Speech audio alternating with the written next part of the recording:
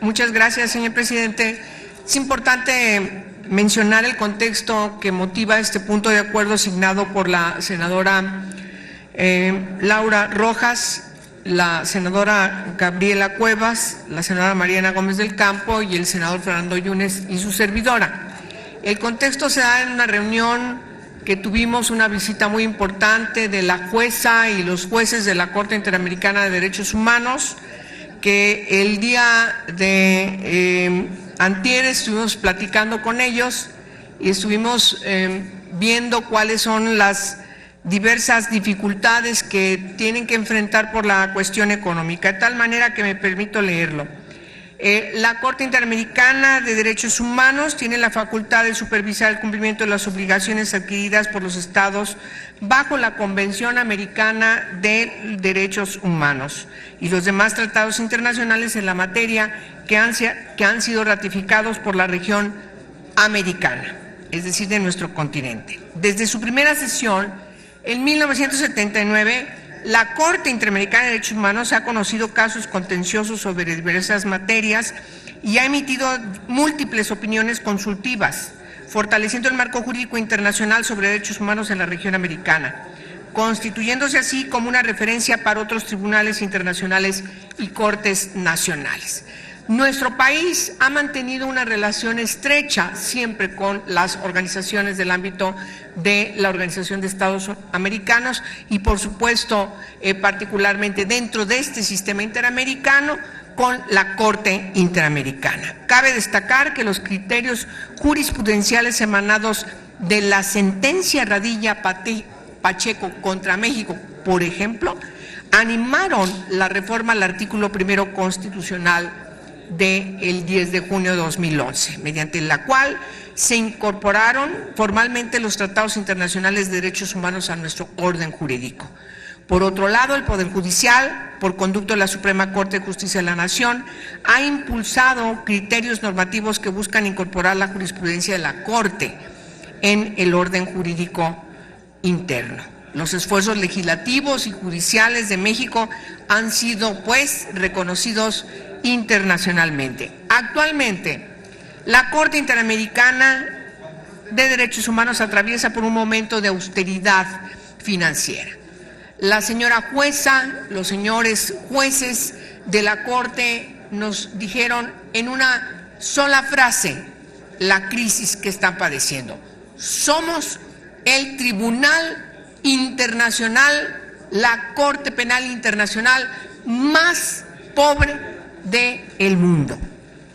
De tal manera que hoy tenemos que estar motivados para, y ese es el sentido de este punto de acuerdo, para que México rescate ese ánimo siempre de apoyar los organismos internacionales que nos ha distinguido. No leo de manera concreta cuáles son los vericuetos de los cambios de una cifra a otra cifra y la situación concreta. Simplemente quiero decir que la misma situación de precariedad económica que padece la Corte Interamericana de Derechos Humanos, que por cierto hoy va a estar 15 días sesionando en nuestro país, también la Comisión Interamericana de Derechos Humanos anunció el pasado 23 de mayo que atraviesa por una crisis financiera que la orilló a suspender audiencias públicas y probablemente la llevará a recortar más de la mitad de su personal. Únicamente el 6% del presupuesto del Fondo Regular de la OEA es asignado, por ejemplo, a esta Comisión Interamericana. Así pues, el anuncio, ante este anuncio, la secretaria de Relaciones Exteriores, la canciller Claudia Ruiz Massieu, anunció que México no incrementaría el apoyo económico a la Comisión Interamericana de Derechos Humanos. Quiero refrendar, históricamente México ha sido uno de los países más cumplidos en el pago de sus aportaciones regular a la Organización de Estados Americanos. Sin embargo, nuestro país cuenta con una responsabilidad de contribuir al sistema interamericano, particularmente de derechos humanos, más allá de las cuotas obligatorias. Se destaca que de manera regular México había aportado voluntariamente $300,000 a la Corte Interamericana para el cumplimiento de su misión.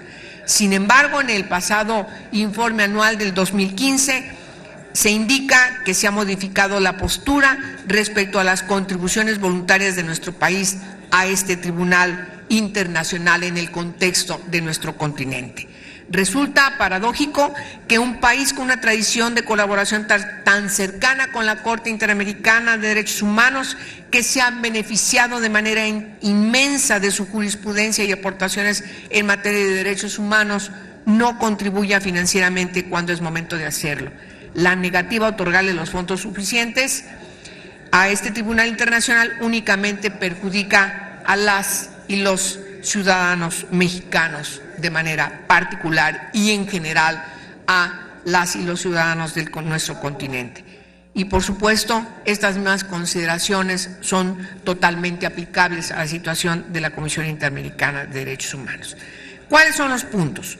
En primer lugar, que aprobemos que exhortar de manera respetuosa al Ejecutivo Federal para que a través de la Secretaría de Relaciones Exteriores se realice una contribución financiera voluntaria a la Corte Interamericana de Derechos Humanos. Sería un magnífico mensaje hoy que están sesionando en nuestro país.